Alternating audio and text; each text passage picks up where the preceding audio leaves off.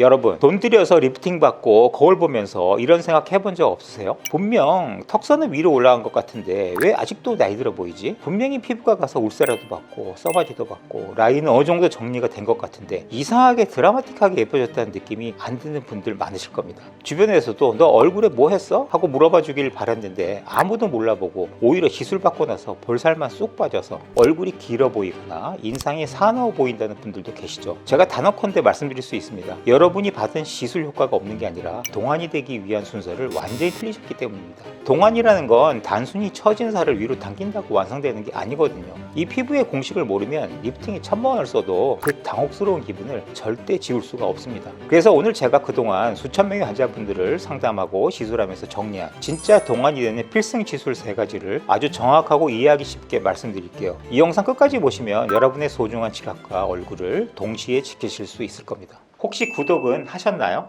자, 동안시술 1순위. 많은 분들이 당연히 리프팅이라고 생각하시겠지만 정답은 색소와 피부결입니다. 의외라고 생각하실 수도 있어요. 하지만 한번 상상해보세요. 100만원, 1000만원짜리 명품 가죽 가방을 샀는데 그 표면에 얼룩이 얼룩덜룩 묻어있고 가죽결이 다 갈라져서 망가져 있어요. 거기다 대고 가방 모양만 빳빳하게 각을 잡는다고 해서 그 가방이 새 것처럼 보일까요? 절대 아니죠. 우리 피부도 이해 똑같습니다. 얼굴 라인이 아무리 날렵한 V라인이어도 피부 겉면에 김이나 잡티 같은 색소들이 지저분하게 깔려 있으면 아주 강력한 노화의 신호로 인식합니다. 지붕 올리기 전에 마당부터 깨끗하게 쓰시라는 말씀을 피부과 전문의들이 항상 강조하는 이유입니다. 그런데 진료실에서 환자분들을 뵙다 보면 이 마당을 청소하는 첫 단추, 즉 기미 치료부터 잘못되어서 고통받는 분들이 너무나 많습니다. 기미가 개선되기는커녕 오히려 부작용이나 악화로 인해 마지막에는 심정으로 피부과를 찾으시는 분들이 90%에 가깝습니다. 동안이 되려면 바탕이 맑아야 하는데 많은 분들이 인터넷 광고 등을 보고 미백 화장품이나 기미약에 의존합니다. 하지만 먹는 약이나 바르는 약은 어떠한 경우에도 치료 효과 면에서 신뢰할 수 없고 심지어 이전보다 악화되거나 부작용이 생기는 경우도 적지 않습니다. 이미 형성된 깊은 기미 색소는 저절로 없어지지 않으며 오직 레이저 치료에 의해서만 만족스럽게 제거할 수 있습니다. 그런데 레이저 치료도 아무거나 받으시면 안 됩니다. 기미를 한 번에 강한 레이저로 지운다는 건 굉장히 위험한 접근입니다. 색소에 매우 민감하게 반응하는 레이저들을 잘못 사용하면 색소 탈실 같은 치명적인 부작용이 생길 수 있죠. 그래서 안정성과 효과가 입증된 Q-스위치 엔디아그 레이저를 활용하는 것이 기미 치료의 정석입니다. 포토나 스타워커, 레블라이트 SI, 헐리우드 스펙트라 같은 하이엔드급 Q-스위치 엔디아그 장비들을 이용해 환자마다 다른 멜라닌의 위치각과 적용시간, 간격 등 정확한 치료값을 설정해서 정교하게 색소를 깨부시는 과정이 필수적입니다. 단순히 짧은 시간에 끝내는 가벼운 토닝 방식으로는 절대 깊은 기미를 치료할 수 없습니다. 이렇게 원칙대로 기미와 잡티를 깨끗하게 걷어낸 다음에 포텐자 같은 장비로 피부결을 정돈하고 주배력으로 수분감까지 채워주면 피부에서 자연스러운 광채가 나기 시작합니다. 이 바탕 정리 작업이 동안 시술의 70% 이상을 결정합니다. 자, 이제 도화지를 깨끗하게 만들고 마당을 다 쓸었다면 드디어 지붕을 올릴 차례입니다. 동안 시술 2순위는 바로 윤곽 리프팅입니다.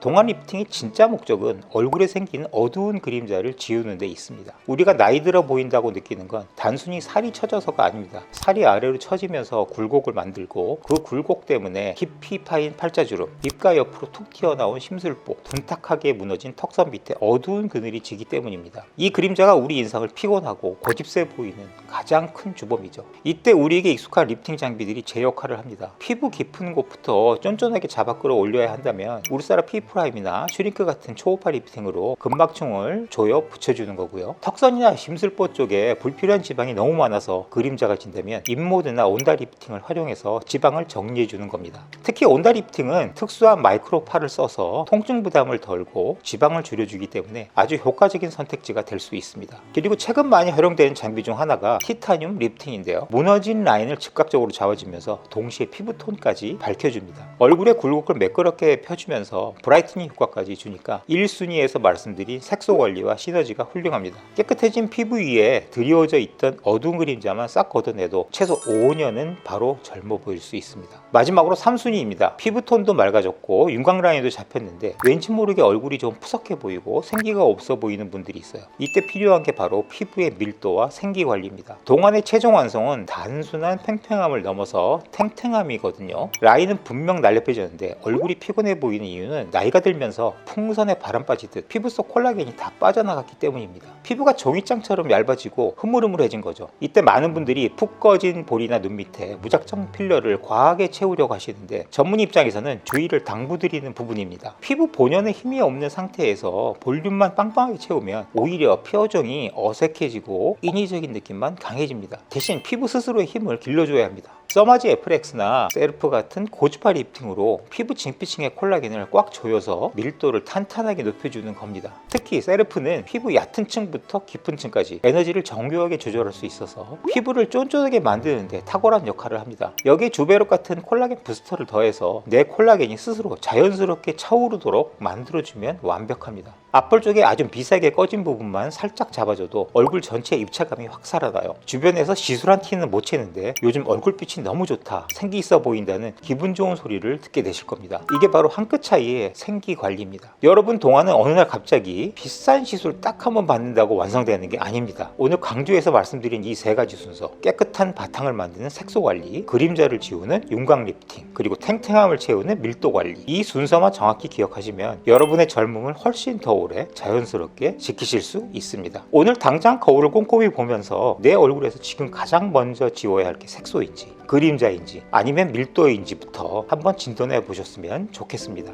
혼자서 판단하기 어려우시다면 가까운 피부과 전문의를 찾아 구체적인 상담을 받아보시기를 권해드립니다. 영상 댓글에 여러분의 고민을 남겨주시면 확인 후 자세히 답변 달아드리겠습니다. 지금까지 여러분의 더 아름다운 내일을 만들어드리는 닥터 이레이저 피부과 전문의 서광석이었습니다. 감사합니다.